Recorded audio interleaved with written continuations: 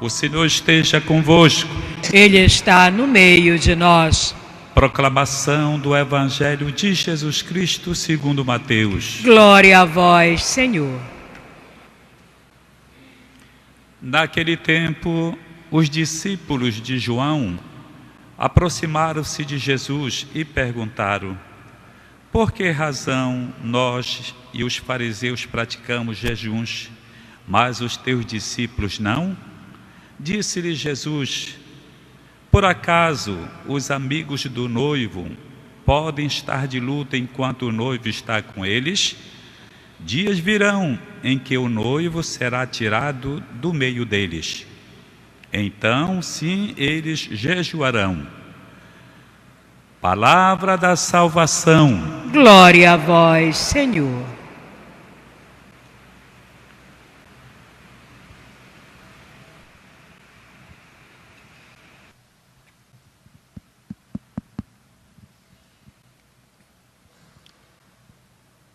Meus caríssimos irmãos e irmãs, é muito interessante ouvir pela boca de Jesus que ele se apresenta como esposo, noivo, que está celebrando as núpcias, para nos convencer que ele, Jesus, não é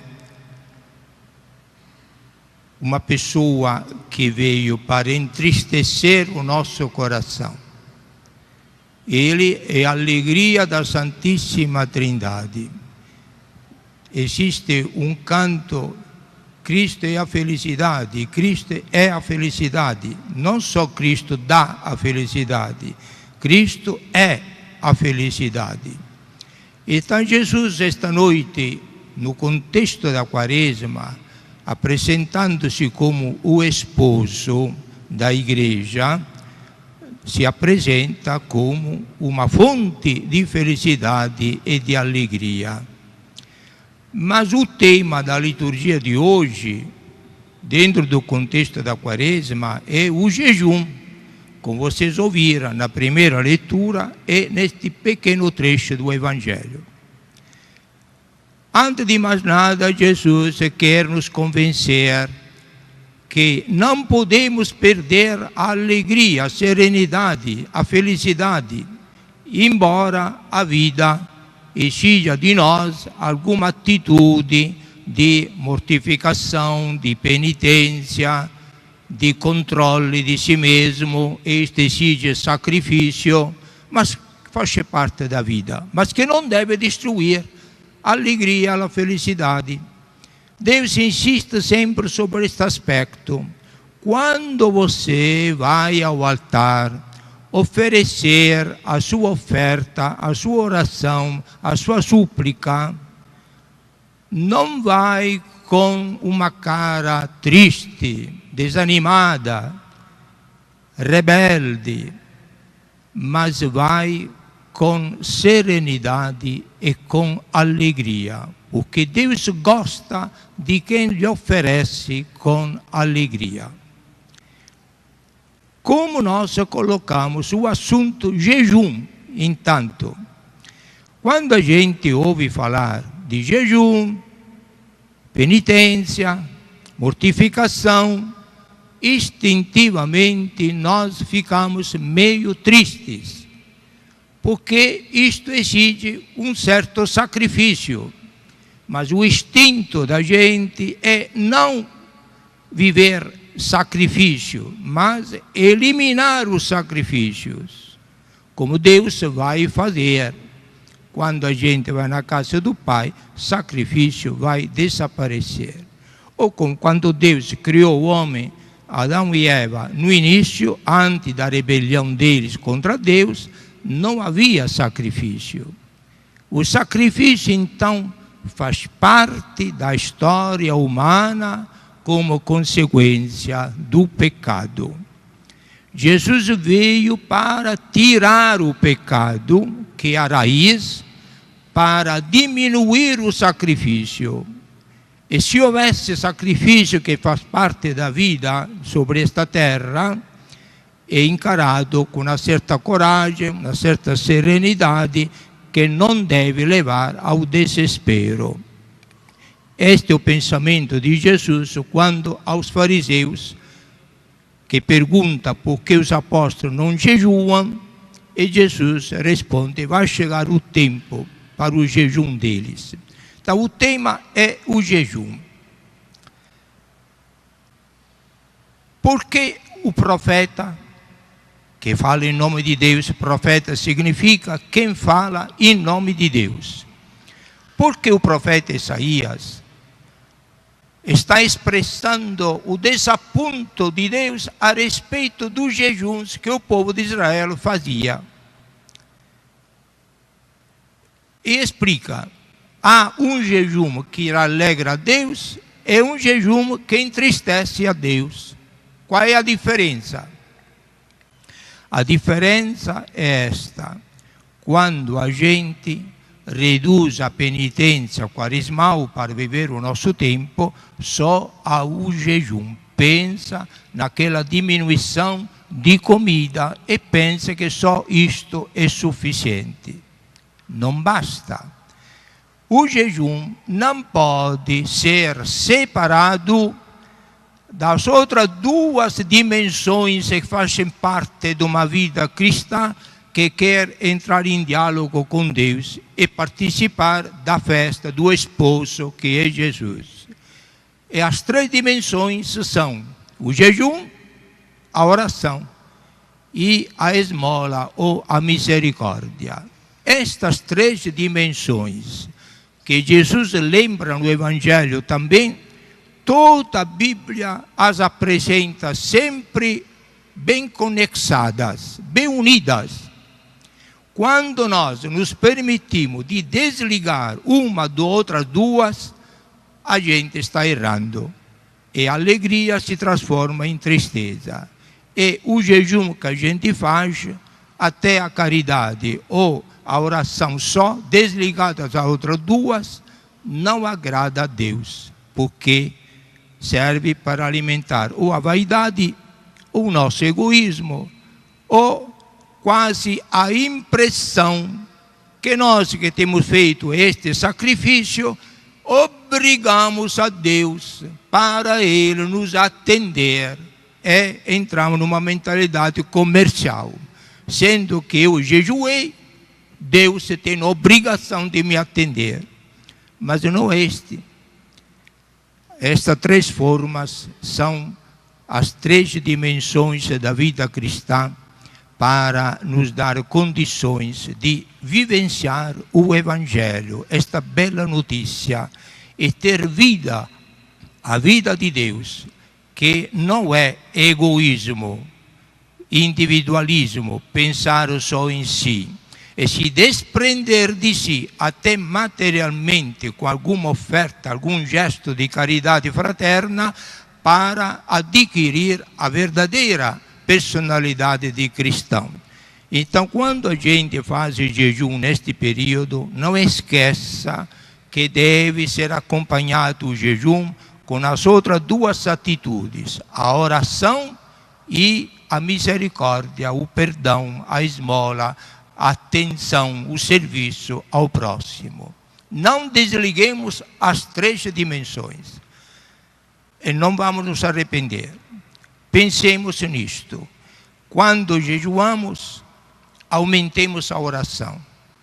Quando jejuamos, aumentando a oração, aumentemos a atenção, o serviço em favor dos nossos irmãos.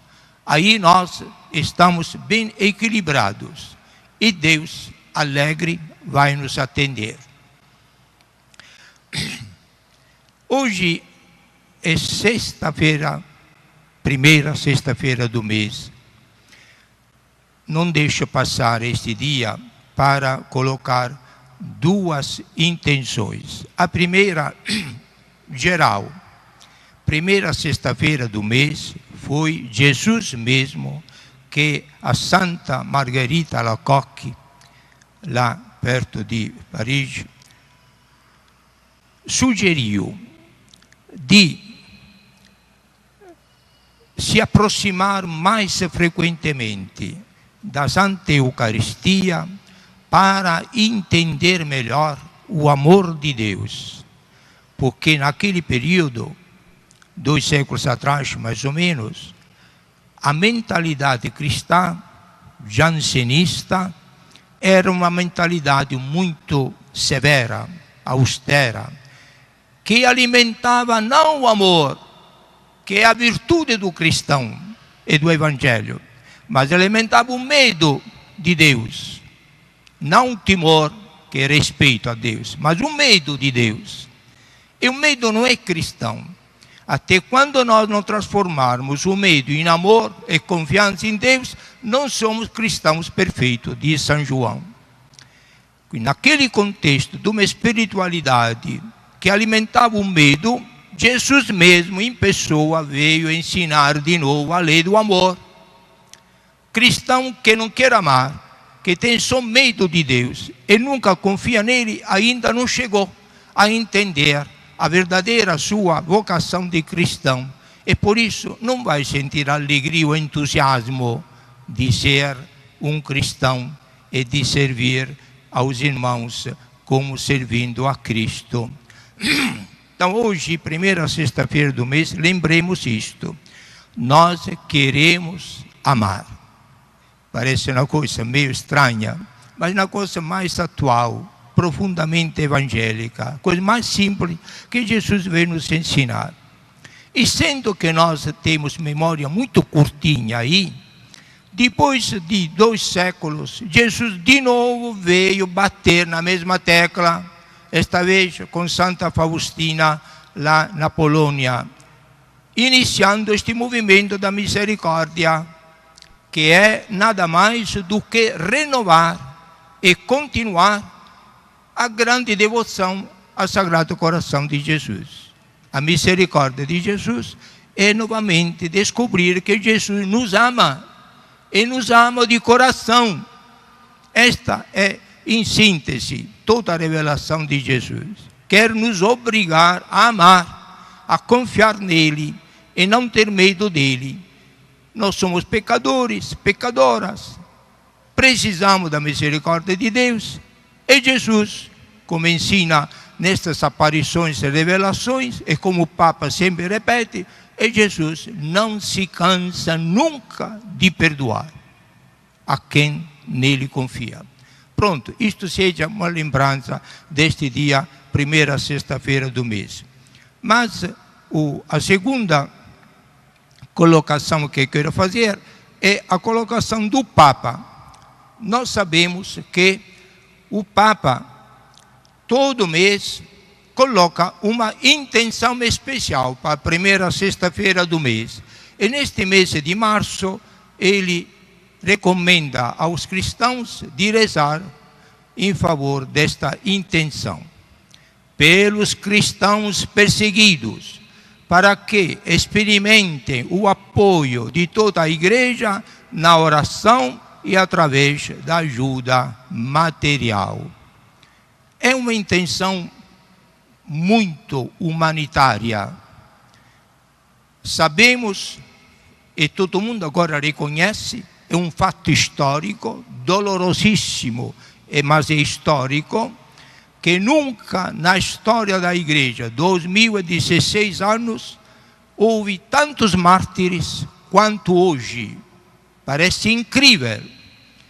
Hoje, milhares de mártires morrem. Não só como outrora padres, missionários, virgens, jovens, mas hoje mártires são de todo tipo de batizados. Padres, bispos, casados, jovens, adolescentes, até criancinhas, são martirizados. Qual é o crime? O crime é único, simples. O crime de serem cristãos.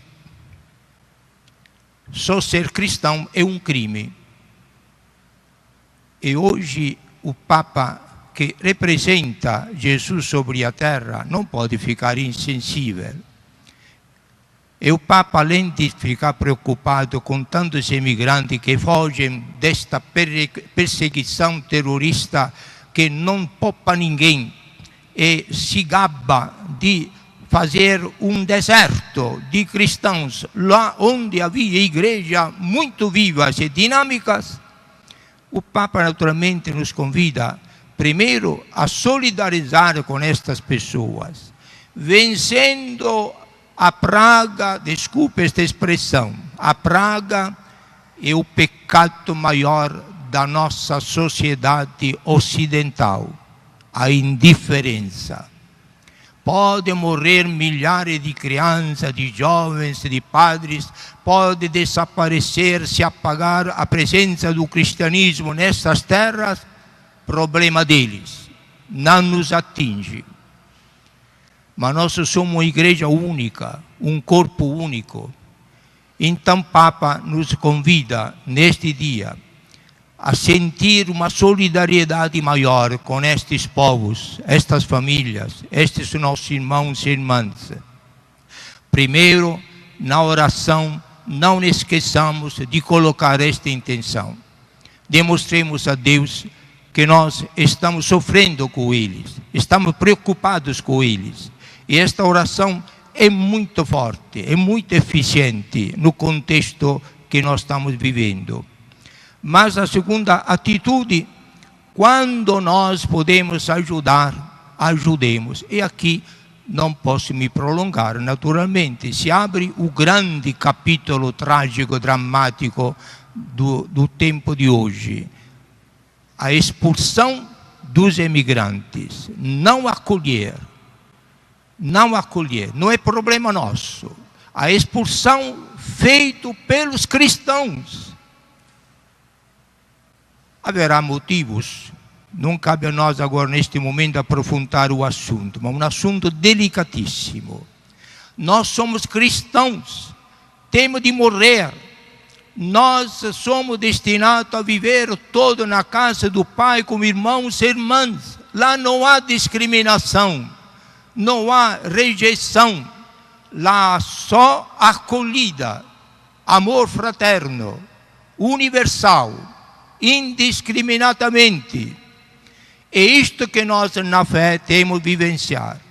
Não é fácil, mas é um desafio a nossa fé cristã.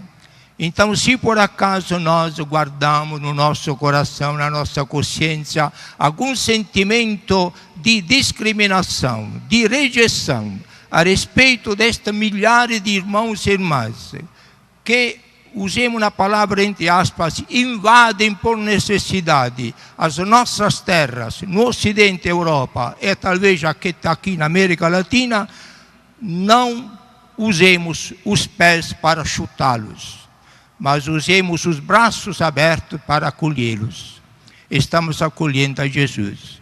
Na medida em que nós somos capazes de acolher a Jesus, assim, nos nossos irmãos, Jesus está esperando para nos acolher de braços abertos e com o coração dele, na casa dele, para sempre. Louvado seja nosso Senhor Jesus Cristo. Para sempre seja louvado.